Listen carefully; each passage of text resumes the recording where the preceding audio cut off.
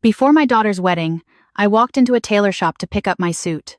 The owner ushered me into the fitting room and ordered me to be silent. Not a word. She told me that my daughter and her fiancé would arrive at any moment and that I had to listen. I stayed behind the curtain. What I heard barely a minute later made me feel like an iron hoop was tightening around my chest. John Vidal was walking down the sidewalk of Port Avenue with that slow confidence only men who have built something great with their own hands possess. He owned half a warehouse district across the bypass. He knew the route managers, the cargo supervisors, and more than one official who had tried to set a trap for him by name. He squinted against the June sun, which played with the glass shop windows, and thought that paying for a suit the same amount it cost to maintain a small business for months was a ridiculous extravagance. But Sarah had insisted, and in 26 years, he had never learned to say no to her. He carried 72 years on his shoulders, endless lines of heavy trucks, contracts with large supermarket chains, and a logistics center where he had poured every nerve since those turbulent times when he still worked as a shipping manager at an old distribution base. All of that allowed him to indulge in any whim, but he wasn't buying that formal suit out of vanity. He was buying it for his beloved daughter, so that she, walking with him to the altar, would see a firm presence beside her of whom she could be proud. Sarah's mother had died when the girl was barely 5 years old. That November, 21 years ago, John remembered it second by second. He remembered Sarah calling for her mom in feverish delirium. He remembered his own nights by her bedside, wiping her damp forehead, adjusting her blanket, and making a silent vow to himself and to heaven he would protect her from any misfortune. Even if the world fell apart, she would never be alone. 17 years ago, Clara Smith had entered their lives. Sarah accepted her stepmother without open conflict. Though without much tenderness, Clara learned to live in that house like someone walking on thin ice, always correct, always prudent, always a step behind. But the center of John's world remained his daughter. Sarah was his inner compass. For her, he built an empire, fought with inspectors, endured business betrayals, survived a heart attack 3 years earlier, and escaped from the hospital room barely a week later. Because who, if not him, would give her away to her husband? Lucy's atelier was hidden in a quiet courtyard behind an old archway. Inside, there were immaculate tiles, 3 silent mannequins in a corner, and a teapot that always seemed to be on guard by the window. John arrived 20 minutes early, expecting his usual dose of kindness, strong tea, and a casual chat. Lucy had rented that space from him for 15 years, and over time, she had become more than just a tenant. She was one of the few people whose honesty he never doubted.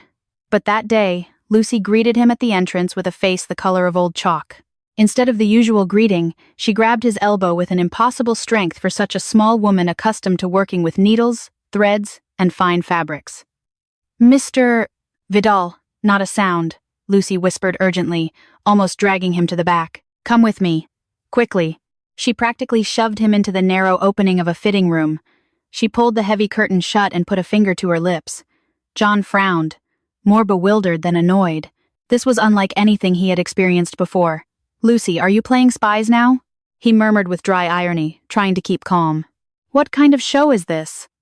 Lucy leaned towards him. Her jaw was so tense she could barely move it. "Please, be quiet," she pleaded in a strained whisper, trembling with fear.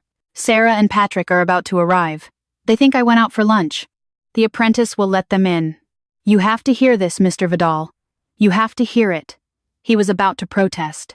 In decades of business, competitors had tried to trick him, inspectors had pressured him, and even a foreman had run off with a shipment of steel rods, but hiding in a women's clothing store fitting room was a scene his life had not yet led him to. And yet, in Lucy's eyes, in the way her lower lip vibrated, there was something that forced him to lean against the mirrored wall and stay still. The front door responded with a brief thud. A few minutes later, Patrick's voice came first, but it wasn't the polite, soft, and helpful tone John had grown accustomed to since meeting him. It was a harsh, self-assured rumble, the voice of someone who had finally shed an uncomfortable mask and tossed it to the floor with contempt.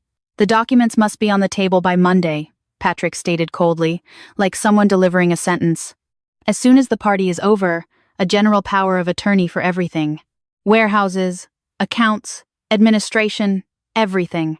Sarah's voice sounded irritated, with a sharp petulance that made her unrecognizable. "He's resisting," she spat impatiently, tapping her heel on the floor.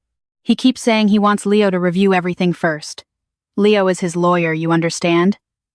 If that old fox gets hold of the papers, we won't see a dime. Patrick let out a low, joyless laugh. Then, act, he ordered with venom in his voice. Cry a little. Tell him it's for our future together. You're a professional at that. You've been doing it for 26 years. John froze. He feared betraying himself even with his breathing. Patrick continued to reel off figures with the precision of a bloodless liquidator. Power of attorney, sale of assets in 1 month, $70 million in cash, $250 million in properties. Lawsuit to declare him incapacitated. A bought psychiatrist, diagnosis of progressive dementia without too many formalities. A closed residence on the outskirts, where, in his own words, old people were erased from memory in 6 months. The plan was simple. By January, they would be out of the country. Sarah breathed with annoyance, as if all this were an everyday nuisance. I'm tired of playing the obedient daughter, she blurted out with a harshness that left no room for doubt. I can't stand listening to his endless memories of the difficult years anymore. I wasn't born to change diapers for an old man who's going to be drooling in 5 years. I need freedom. I want him to simply disappear from the map. A burning dampness ran down John's face. Only an instant later did he realize they were tears. In his memory appeared Sarah as a child on a bicycle by the river dock, her tiny hand in his, the sleepless nights by her bed, the entire stores he would have emptied just to see her smile. And that same Sarah was planning to lock him in a concrete box while spending his inheritance. John made a move towards the exit. Lucy grabbed his wrist with desperate strength, pressed herself against him within the narrow space of the fitting room, and shook her head again and again. With her other hand, she took out her phone and wrote a warning in large letters that stopped him dead in his tracks. If he walked out now, they would turn everything into a joke and present his rage as a symptom of that same dementia. Then came a second message. They had to wait. They needed evidence. The blow had to be struck once, but with certainty, behind the curtain. Patrick let out a short, satisfied laugh. The old romantic is paying for his own funeral and doesn't even understand where it's all going. He scoffed with an obscene certainty. And on top of that, he didn't skimp on the suit. Sarah replied with a lightness that choked John. The perfect ending, she murmured, almost amused. Anyway, the banquet is on the house. John closed his eyes and felt the cold glass against the back of his neck. The pain in his chest was sharp. The sentimental father of the bride evaporated. In his place awakened the old-school Vidal, the one who, in the toughest years, had lost almost his entire fleet, and in just 3 months had regained ground and crushed the competitor who had dared to play dirty. 20 minutes later, the footsteps faded. John came out of his hiding place and dialed a number that had been gathering dust in his phone's memory for a decade. Matthew, it's Vidal, he murmured with an icy calm, wiping away tears with the back of his hand. I need you to get me everything on Patrick Arias, every unpaid fine, every woman he left behind, and every penny of debt. I want everything on my desk by tomorrow morning. By sunset the next day, John deliberately made everyone wait at a restaurant by the dock. It was an old negotiation trick from the last century. It unbalanced opponents before the game even began. He entered the dining room half an hour late, theatrically leaning on a cane he needed as much as a fifth leg, and allowed Patrick to take his arm. Sarah smiled dazzlingly. John was surprised to think that she had undoubtedly inherited her dramatic talent from her mother's side. "Dad, why were you so late?" she exclaimed with a concern too sweet to be true. "We were desperate." In the middle of dinner, John cast the first hook. He did it naturally between sips of water. "The IRS called me," he commented in a tired voice as if talking about a boring chore. "They're preparing a massive audit against transportation companies along with several agencies.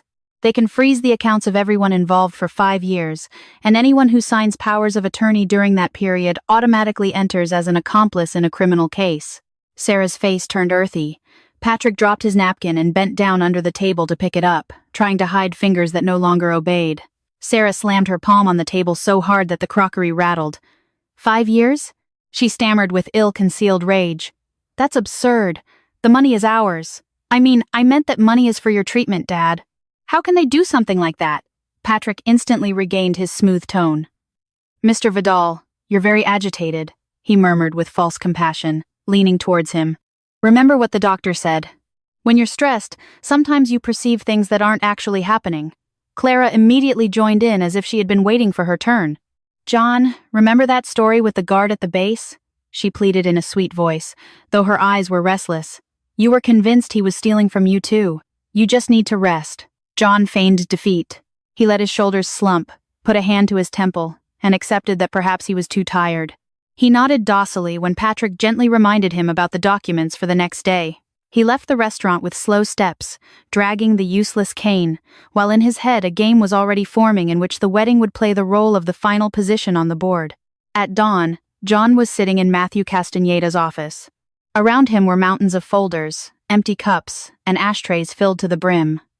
Matthew was a sad man, with heavy eyelids and the look of someone who has seen too many things from the other side. He spread printouts in front of him like cards in a fatal solitaire game. Your computer genius has a company registered in an office the size of a closet. Matthew snorted with irony, pushing the first folder. It's in a business center between a freight company and a pawn shop. Not a single real employee. No software. Just an online facade and a bunch of fake reviews. John barely looked up. To the point, he said dryly, not touching the coffee. Matthew pushed another folder towards him. He's in debt up to his neck, John, he murmured gravely. Illegal gambling. Everything went wrong for him. He owes $6 million to certain people. The deadline is Monday, right after the wedding. And those people don't send prior claims or lawyers' letters. Those people put him in concrete. John remained silent. Matthew hesitated a second before laying the last card on the table. It was a grainy photograph. Dusk, drizzle. Patrick, wearing a deep hood, handed a package to a disheveled man in a wrinkled white coat. Former paramedic, Matthew explained in a low voice, pointing at the image with 2 fingers. He was fired from the profession for prescription fraud. Your future son-in-law bought a very specific heart medication from him. Injected at the right time, it causes severe arrhythmia. At your age, with your history, it would be registered as a common heart attack. An ordinary coroner wouldn't suspect anything unless they deliberately looked for it.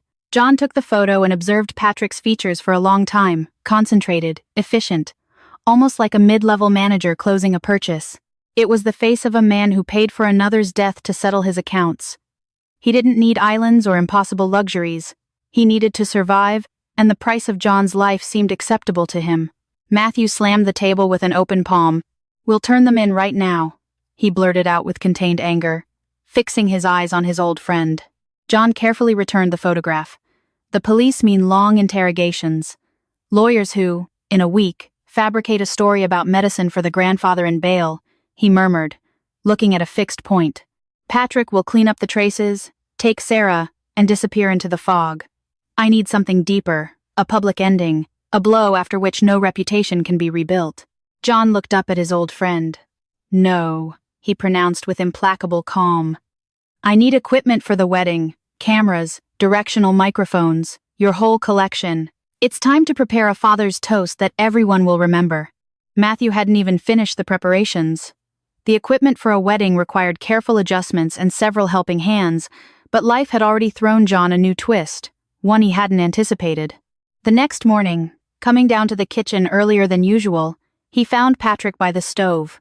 He stood with his shirt unbuttoned, holding a teapot, and glowed with that luminous expression, rehearsed too precisely, which now provoked a desire to distance oneself. Mr. Vidal, I was just thinking of you. Patrick purred with artificial friendliness, lifting the teapot. I got a blend of mountain herbs. It's wonderful for blood vessels. I prepared it especially for you. Patrick placed a cup in front of him. Steam rose from a dark infusion, and John, contemplating that porcelain, understood with brutal clarity that he was looking at his own end, served with a plate and spoon. Thank you, Patrick, he murmured with feigned softness, accepting the cup. You have unusual attention to detail. He took the cup, brought it to his face, and at that instant allowed his hand to tremble. He closed his eyes, swayed, and leaned on the counter. The cup slipped from his grasp and shattered into pieces, splashing brown stains on the rug. Patrick's mask fell for a second. His face contorted with frank fury. He squeezed the kitchen towel between his fingers, but immediately recovered an expression of deep concern. Careful. Please, he murmured with feigned alarm, approaching too quickly. Are you feeling unwell? John couldn't find words to respond. From the hallway entered Rodolfo, the 1-2-year-old dachshund, who throughout his capricious life had ignored prime cuts of meat and finest pâtés. But the puddle on the floor sparked a sudden curiosity in him. Rodolfo licked the rug fibers a couple of times before John grabbed him by the collar and pulled him away. 3 minutes later, the dog collapsed. His legs twitched with convulsions. White foam oozed from his snout. His spine arched. Patrick opened his eyes with a hurried act. "But what is this?" he stammered with false confusion, stepping back half a pace. "Mr. Vidal, we must take him to the vet. Perhaps rodent poison. The stray cats could have brought something. I had noticed, but John was already rushing out, ignoring the excuse. The situation was absurd. Rodolfo had not left the house since the previous night. In the waiting room of the veterinary clinic, with his skin stained with foam and animal saliva, John remained seated, his eyes fixed on the consulting room door. They managed to stabilize Rodolfo an hour and a half later. The veterinarian came out with an exhausted face and explained that the dose, evidently, was not calculated for a 2-6-pound dog, but for someone considerably larger. A few drops absorbed by the carpet were enough to bring him to the brink of death. The dog would recover, but would spend at least 3 days on an IV. If John had drunk even a sip, he himself would be convulsing at that moment. His life would be extinguished while Patrick feigned bewilderment and Sarah squeezed out a few tears. The fear that had previously floated somewhere in his subconscious disappeared completely. The John who only wanted to teach his daughter a lesson during the party ceased to exist. In his place remained a man without brakes, and that made him a serious threat. He took out his phone and called Matthew. "Matthew, we're changing the strategy," he said in a voice so low he sounded like a different person. "I need to get everything back. Clear. Every last dollar." That same night, John met with attorney Leo Carter in a roadside diner, a featureless place with plastic furniture and a mute screen in a corner. Leo was waiting for him with 2 identical leather folders, impossible to distinguish at first glance. "This one contains the papers prepared by Patrick," Leo explained precisely, opening the first folder. "Full power of attorney, rights over assets, change of ownership." Then he touched the second folder with his palm. "And here's our decoy," he added with professional calm. "On the outside, the same package, but instead of rights over assets, it contains an acknowledgement of responsibility. And this form, which looks like consent for medical intervention, actually establishes the fact of coercion." John observed the paper carefully. "Change of dominant hand," he murmured with a shadow of approval. Leo nodded without looking away. "Sign with your left hand," he instructed with surgical serenity. "You've been right-handed for over 70 years, Mr. Vidal. You have thousands of contracts and documents signed under your belt. If Patrick doesn't notice, he won't notice because he'll be too focused on his triumph. The simple act of using the other hand demolishes the idea of free will. Added to the rest, it's the end." Leo closed the folders and exhaled slowly. "It's a gamble on the edge of a cliff," he warned with contained concern. John took the false folder. "There will be no fall," he replied with a bitter serenity. His hunger for money blinded him so much that he wouldn't protest even if he signed with his foot. 2 days later, John called a medical team and settled on the lobby floor. When one of the doctors asked him what year it was, he exhaled in a lost voice. 1985, he murmured, looking into space as if his memory had broken. The preliminary conclusion confirmed what was expected. Altered cerebral circulation. Patrick and Sarah appeared in the room an hour later. Patrick's eyes were inflamed and he had a nervous tick by his mouth. Mauricio's collectors kept pressuring him, and that enormous debt was burning his back. Patrick approached the bed with a folder in hand. His words came out like hail, fast, clumsy, desperate. "Mr. Vidal, we need your signature," he urged in a falsely distressed voice. "The situation is critical. An intervention may be required. The surgeons cannot proceed without formalities." John listened with bitter weariness. In that torrent, there wasn't a single drop of truth. Neither his son-in-law nor his daughter called the doctor, nor asked about the details of his condition, nor wanted to know exactly what procedure it was. Sarah squeezed his forearm. "Dad, please," she murmured with tears, ready to appear, leaning over him. "Sign for your own good. For us." When John's right hand lost mobility, Patrick didn't hesitate for a second. He placed a luxury pen in his left hand, an accessory that John himself had given him for the previous year's holidays. John traced a broken, clumsy, uncertain signature. They took the folder and left without giving him a glance. At the door, Patrick was already giving orders on the phone. "Activate the process," he whispered urgently, believing himself victorious. "We have all the papers." John sat up, poured himself water, and looked at his left hand. That limb had just defined their future in a place considerably less comfortable than his home. He pressed the button to call the staff and asked them to invite the police to report the theft of documents. When the on-call doctor insisted on hospitalizing him, John signed the refusal. It was the same official form that doctors put in front of stubborn patients with the expression of people washing their hands. They let him go near midnight after checking that his blood pressure was stable and that the patient was determined to leave.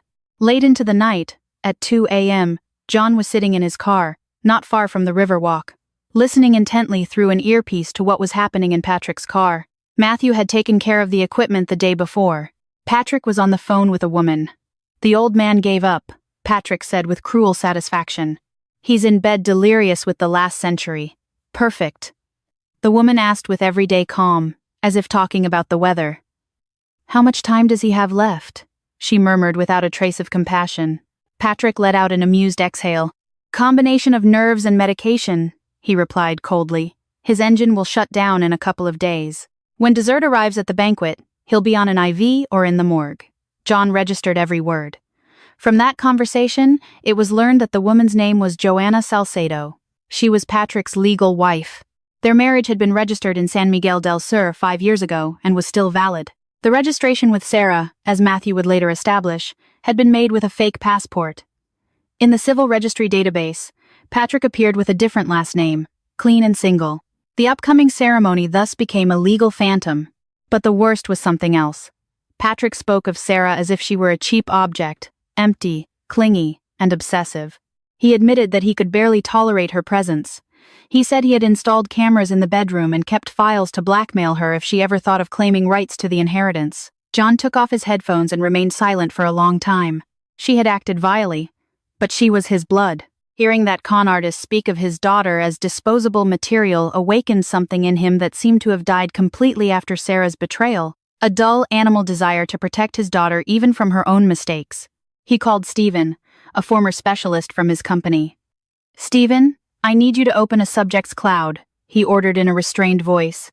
Delete certain content and keep duplicates not for publishing but for personal archive. Arriving home almost at dawn, John entered his study, a secluded space with yellowed maps on the walls and a box of fine tobacco. Behind a river landscape, a steel safe was hidden. The key was the date he had bought the house, known only by 2 people. John entered the code. The locks disengaged. The compartment opened. There was nothing inside. Millions of dollars in coins. The jewels of Sarah's deceased mother. Everything had vanished. In the morning, he sat across from Clara. She immediately burst into tears, without waiting for reproaches. It was evident that this burden had been crushing her for some time. Patrick approached me a month ago, Clara sobbed, covering her mouth with both hands. He said it was the opportunity of a lifetime, a project to triple the investment in 6 months. He showed charts, testimonials, supposed partners from the capital. I wanted to surprise you, John. I dreamed of saying at the party that I was worth something too, that in all these years I hadn't brought a single dollar into this house, and that finally John interrupted her with a calm that hurt more than a scream. The sum, he cut in without raising his voice. Clara lowered her head. Everything that was in the safe, she could barely say, defeated by shame, and $10 million from the accounts. $15 million in total. He remained silent. Clara wasn't a criminal. She was simply a woman who for almost 2 decades had lived in her husband's shadow, desperately wishing to prove just once that she was also important. Patrick had found that crack and emptied it to the bottom. Her naivete seemed sad and destructive at the same time. In that house, there were no allies left. But understanding that didn't bring him bitterness, but a strange lightness. To someone who has lost everything, fears also fall away. At breakfast time, John was in Leo's office, watching him analyze the magnitude of the financial disaster. "This is a fiasco, Mr. Vidal," the lawyer murmured, his face grim. "Ahead lies a pit of debt." John looked at him unblinking. "Leo, I need to open safe deposit box number 27 at the river bank," he ordered in a calm voice. The lawyer looked up. John lowered his voice. "My father went through tough times and had no illusions about banks," he explained gravely. "In the turbulent years, he left some commercial properties in the center, a couple of offices and a retail space in the name of a trusted person. Legally personal property that doesn't enter into division. I kept it a secret. Neither Clara nor my daughter knows about it." Leo understood immediately. Patrick tracked all your assets, the lawyer murmured, connecting the dots. But only the digital ones. John nodded with a shadow of irony. He didn't consider that I belonged to another generation, he replied. Those properties exist only in paper files locked in that box. Today they're worth about $50 million. Prepare collateral on one of the lots through the river bank.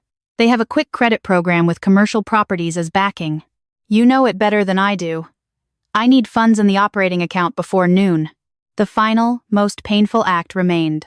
John called Sergio Medina from the Department of Economic Crimes, to whom he had done a favor years ago. He handed him the data of Patrick's supposed company, transaction charts, fake investment reports, and asked for only one thing. By nightfall, all accounts linked to the names of Sarah Vital, Clara Smith, and Patrick Arias were to be frozen. Not a single dollar could be moved. No transfers, no withdrawals, no ticket purchases. Sergio listened in silence. If the evidence is confirmed, everything will be blocked by tonight, he assured in a professional tone. John hung up and stared at the phone for a long time. In essence, he had just turned in his own wife. The woman who for years had cared for his home, prepared him tea at night, and faithfully waited for him from trips that already belonged to the past. She waited out of inertia, because waiting had become part of her being. He knew it would destroy her, but he also understood something else. It was the only way to save Clara from further mistakes. With his hands, Patrick had already committed a crime, and when he tried to reach for the stolen money on Monday, instead of obedient figures on a screen, he would find a blind wall, impossible to pass through. The industrial area by the riverport welcomed John with the roar of cranes and a thick, pungent smell of fuel and grease, impregnated in the concrete for decades. It seemed like a stench that wouldn't leave even if covered with bleach, or under 100 years of rain. Mauricio's office was in a low brick building behind a double security checkpoint. The guard at the entrance looked John up and down and with a brief gesture pointed to a discreet door at the end of the hallway. Mauricio turned out to be a short, compact man dressed in sportswear. He belonged to that class of people who don't need to raise their voice for others to stand still and absorb every word. The owner of the office sat behind a desk buried under delivery notes and papers. When John dropped into the chair without much ceremony, Mauricio didn't even move. He just waited. Studying him, John placed a bank check on the table. You have a promissory note from Arias for $6 million in your hands, he said bluntly. I haven't come to pay his debts. I've come to buy them. Mauricio slowly shifted his gaze from the paper to the visitor. For a while he remained silent, tapping the table with his fingertips. Relative of yours? He asked in a low voice, observing him with curiosity. Son-in-law, perhaps. John met his gaze. In theory, he replied with dry coolness. Mauricio let out an almost imperceptible smile. You are a serious man, Mr. Vidal, he murmured with a mix of respect and amusement. He took the necessary document from a drawer, glanced over it, and pushed it towards his guest. Take it, he added calmly. Notice that the boy put his rights to a future inheritance as collateral. He was counting on your properties, by the way. John took the document, folded it carefully, and put it in the inside pocket of his jacket, along with the photographs confirming the purchase of the prohibited substance. He now carried practically all of Patrick's future under his chest, compressed into a few written pages. In the elegant pre-wedding scene at a luxury hotel ballroom by the water, John occupied the head of the table. He displayed such perfect serenity that he seemed to have trained for the role for decades. Patrick, whose face already had a reddish wine hue, approached him around 10 p.m. He leaned into his ear and spoke with a contempt that smelled of alcohol. I've already found a buyer for the family mansion, he whispered brutally. When we get back from the cruise. I don't even want your shadow there, understood, old man? Then he gave him 2 hard pats on the cheek. They weren't caresses. They were 2 brief, humiliating blows, intended to crush another's dignity. Then, Patrick calmly walked away towards the bar. Sarah appeared immediately. She began to adjust her father's shirt collar, but there was no care in the gesture. There was an almost disgusted annoyance, like someone correcting an ugly detail in the decoration. Dad, pretend you're happy when the flashes go off, she murmured harshly, smiling towards the guests. You're here for the ambiance, don't you dare ruin our party. John took a sip of apple juice that from afar could easily be mistaken for an expensive sparkling drink. His skin still burned from the slaps. He stood up to make a toast. He remembered how he had taken Sarah as a child to the dock, how they had swum together in the river, how he had sworn to protect her from any misfortune. Those present smiled tenderly. Then he looked directly at his son-in-law. "And you, Patrick," he pronounced in a calm voice, letting each word fall slowly. "You have been a true discovery for our family. We have learned your lessons on trust for a lifetime." Patrick visibly tensed. His fingers clung to the fine glass of the goblet, but he had nothing to object to. From the outside, it seemed like an ordinary paternal blessing. John added that he had prepared a special gift, something that had taken him a lifetime to build and that would take but an instant to deliver. For a fraction of a second, Patrick saw something disturbing in his gaze. It was not weakness, not confusion, but a cold, calculated, ancient strength. But John immediately lowered his eyelids and clumsily spilled juice on the tablecloth. His hand trembled noticeably. Patrick exhaled, convincing himself that the old man's dementia was just playing hide-and-seek with him. The next day, the banquet hall welcomed 300 guests, huge crystal chandeliers, piles of fresh flowers, tables covered with snow-white tablecloths. The formalities at the civil registry were already behind them. Stamps placed, rings on fingers. On giant screens, a retrospective of Sarah as a child was projected. Images of the engagement, family memories. The bride glowed in a dress that cost as much as an apartment. Patrick radiated triumph. When the master of ceremonies ceded the floor to the bride's father, the hall erupted in applause. John stood up, leaving his cane by the armchair. He spoke in a low voice, but the acoustics carried every word to the back rows. "The day my daughter was born began with a deep calm. Looking at Sarah, I promised myself that no monster would touch her. I built, I worked, and I breathed only for her." The guests were moved. Clara dabbed at the corners of her eyes again and again with a handkerchief. John let the silence grow.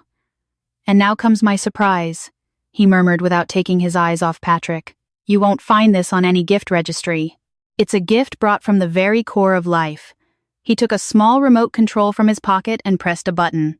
The festive images on the screen suddenly went black. After a second of confusion, through the powerful speakers that just an instant before had been playing a waltz of violins, Patrick's voice sounded. The audio was so clean and expansive that no nuance was missed by the audience. "When does he die?" a woman's voice asked with everyday coolness, as if discussing the weather. Patrick's answer filled the room. "A combination of nerves and medication, and his engine will shut down in a couple of days." Patrick replied in the recording with monstrous tranquility. "When the guests reach dessert, he'll be with the paramedics or in the morgue." The hall was petrified. Then the second recording began. In it, Patrick called his brand-new wife an empty, clingy, and obsessive woman.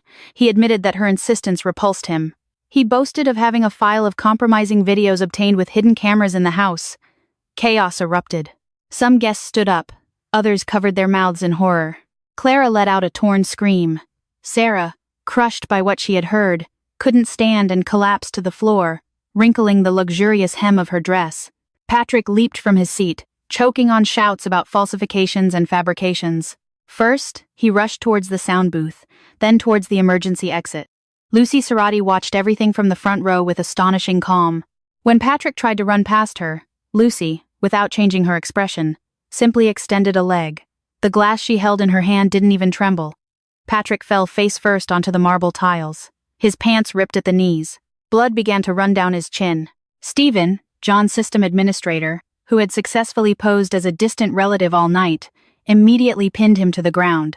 The large doors at the back of the hall opened. 4 of Sergio's plainclothes officers entered with measured steps. John took the microphone again.